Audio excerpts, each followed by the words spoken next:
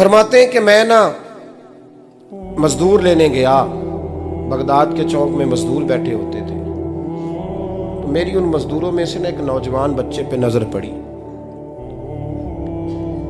बड़ा कमजोर सा वजूद था, लेकिन चेहरे पर इबादत का निशान था। माथा बताता था कि नमाज का बड़ा ख्याल रखता है। मैं उसके करीब गया।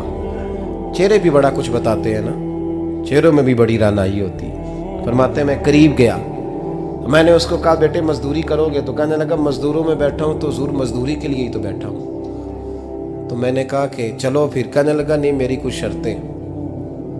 मैंने कहा बताओ। कहने लगा पहली शर्त यह है कि लोग 4 दिनार दिहाड़ी लेते हैं, मैं 3 दिनार लूँगा। मैंने कहा यार बे तो बड़ी बेहतरीन है, बाकी भी इस तरह की रख ले। उसने कहा हुजूर दूसरी शर्त यह है कि मैं आपकी मुकम्मल बात मानूंगा, लेकिन जब अजान हो जाएगी फिर आपकी नहीं सुनूंगा।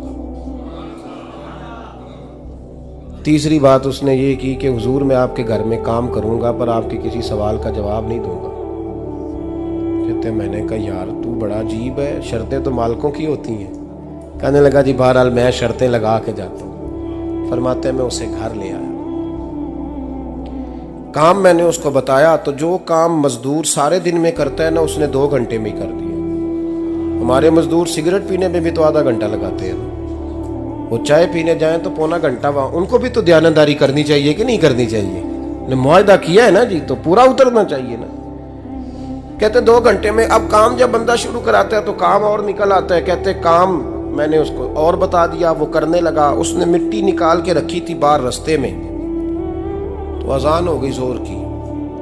उसने वहीं कुदाल छोड़ी कही और चलने लगा। तो मेरा बेटा कहने लगा इसको जरा बराबर कर दो। कहने लगा चुप कर जा, तेरे बाप से बात हुई थी, जब अजान होती है तो मैं किसी और की नहीं सुनता, सिर्फ अल्लाह रसूल की सुनता हूँ।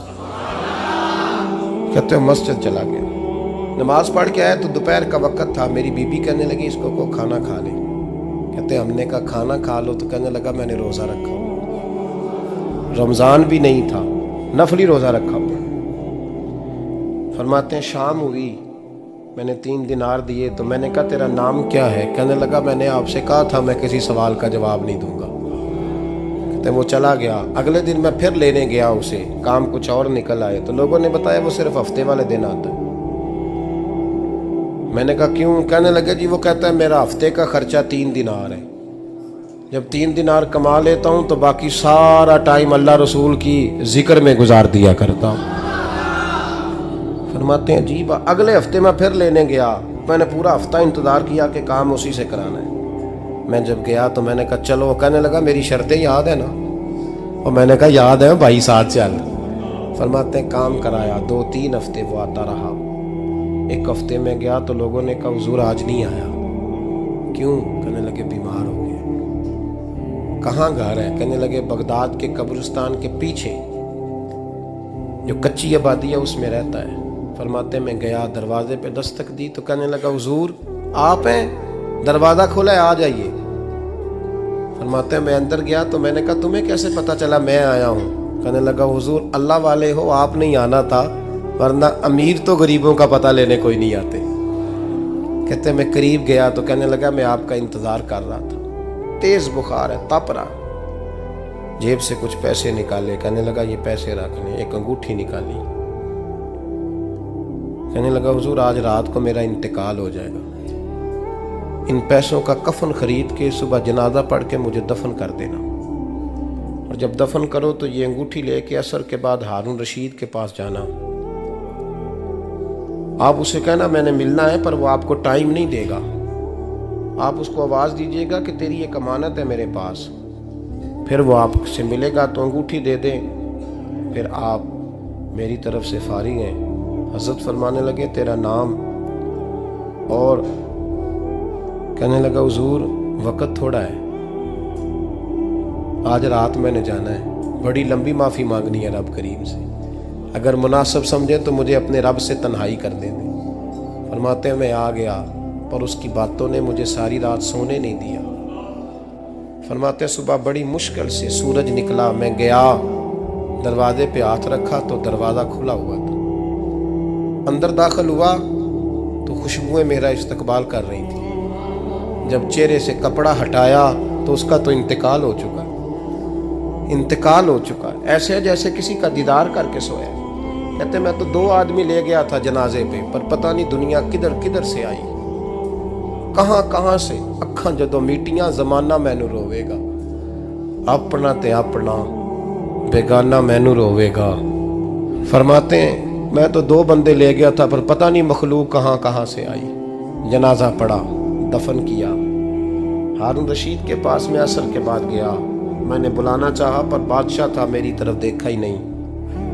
मैंने उसको कहा तेरी ये अमानत मेरे पास है। फरमाते हैं वो मुझे कोने पे ले गया, क्या बात है, कमरे में बुलाया, मैंने अंगूठी दी। हारून रशीद तो चीखे मारने लगा, कहने लगा अंगूठी वाला कहाँ है?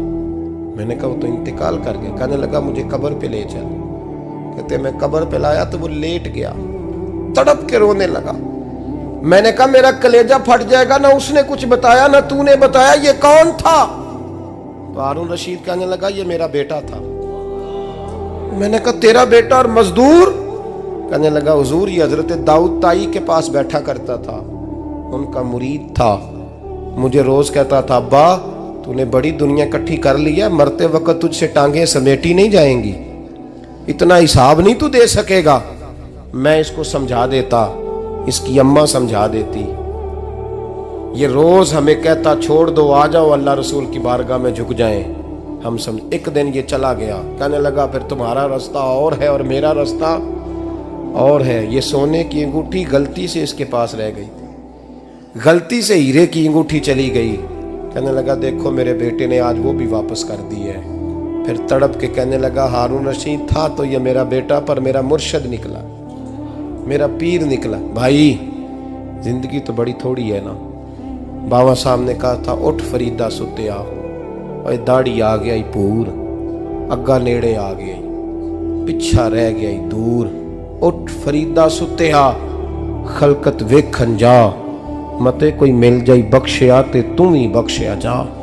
उठ फरीदा सुत्या झाड़ू दे मसीत, तू सुते रब जागदा, तेरी डाडे नाल परीत। मेरा रब हमें भी अपनी बारगाह में कबूल फरमा।